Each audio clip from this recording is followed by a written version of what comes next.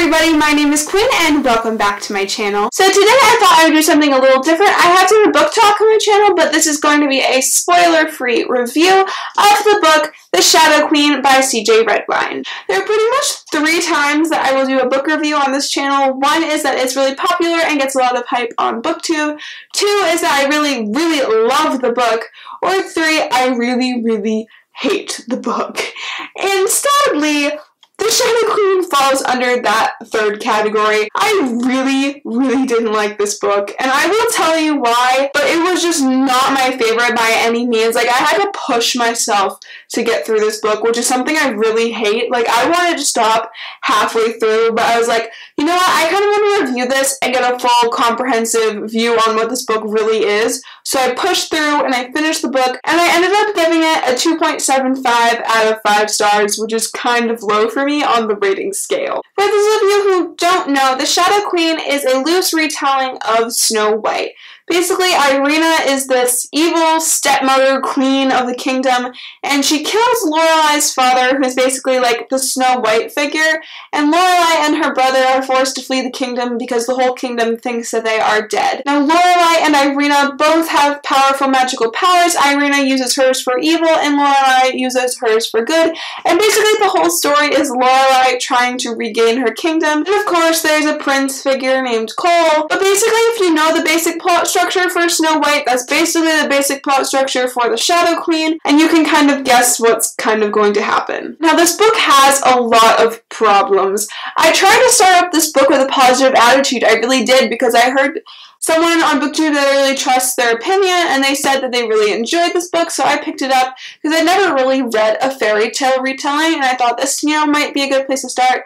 Plus, can we talk about this cover? It's gorgeous, so, covers can be deceiving. I've never read a book where I felt that it was too fast-paced, but this one was, and I know that sounds a little weird, but I almost feel like there was so much action happening all the time that we didn't get enough character development and we didn't get enough world building. While these characters did develop over the novel, I feel like I didn't really care about them all too much. Like, I could have cared less whether they lived or died, and I feel like it's really an author's responsibility to make sure that you kind of do care about characters you're supposed to be rooting for, and I just really didn't feel like that at all during this book. A lot of world building was missing from this novel, and in a fantasy book, I definitely expect a lot of world building and why, the magic is the way it is, why the kingdoms are the way they are. There was a lot of explaining about one particular kingdom, but the rest of them they kind of just ignored, which is a little disappointing. They kind of explained the magic, they explained how it worked and how different people responded to it, but they didn't explain all of the individual spells, and I feel like the characters could just summon up any spell they wanted to, and there was no rhyme or reason to what spells they could cast, and that kind of annoyed me because I do want a full world where I understand why everything is happening and how everything that's happening has a reason and it has a purpose, and I just feel like that wasn't happening in this book at all. One of my biggest problems about this book was that the characters solved their problems way too fast and way too easily, and I feel like they always kind of came out victorious, and it kind of made a very boring and predictable book. I felt like I always knew what was going to happen because the character literally always came and saved the day, except for like a couple times at the end, but basically the character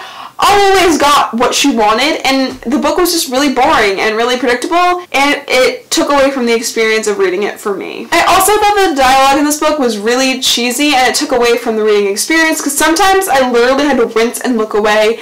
It was that cheesy, and it just didn't seem authentic, and it didn't seem believable to me. One of the things that I actually did like in this book was, in the original Snow White, it says, "Mirror, mirror on the wall, who is the most beautiful of them all?" In The Shadow Queen, it says, "Mirror, mirror on the wall, who is the most powerful of them all?" It kind of goes away from this misogynistic view that women are only after beauty and that they're instead after power and that they can be these strong, independent women. So in that respect, I did enjoy that part of the book. I really do feel bad giving this book such a bad review, but it's not without reason. Like, I hate when people are just like, oh my god, this book was the worst thing ever. This author can't write to save her life. I definitely don't feel like that. I feel like you should never tell an author that they can't write. It's just rude. But I feel like as long as you have a negative review and you have reasons to back it up, then a negative review is totally fine. I never post a review to totally get someone against reading a book. I try to give them my own opinions, and if they want to not read a book after that, then that's totally up to them. But I think everyone should try to read a book and form their own opinion before just basing it completely off of someone else's. So that's really important when you're watching my book talks, is just really understand that my view is not the definite end-all view. It's more of a conversation because I all want to know what you guys think. If you guys agree with me, if you don't agree with me, all conversation is good conversation as long as it is positive and constructive. And I really just urge you all, if you have read this book, leave your comments down below on what you thought of it. Thank you guys all so much for watching. Subscribe down below if you haven't already, and I will see you next week.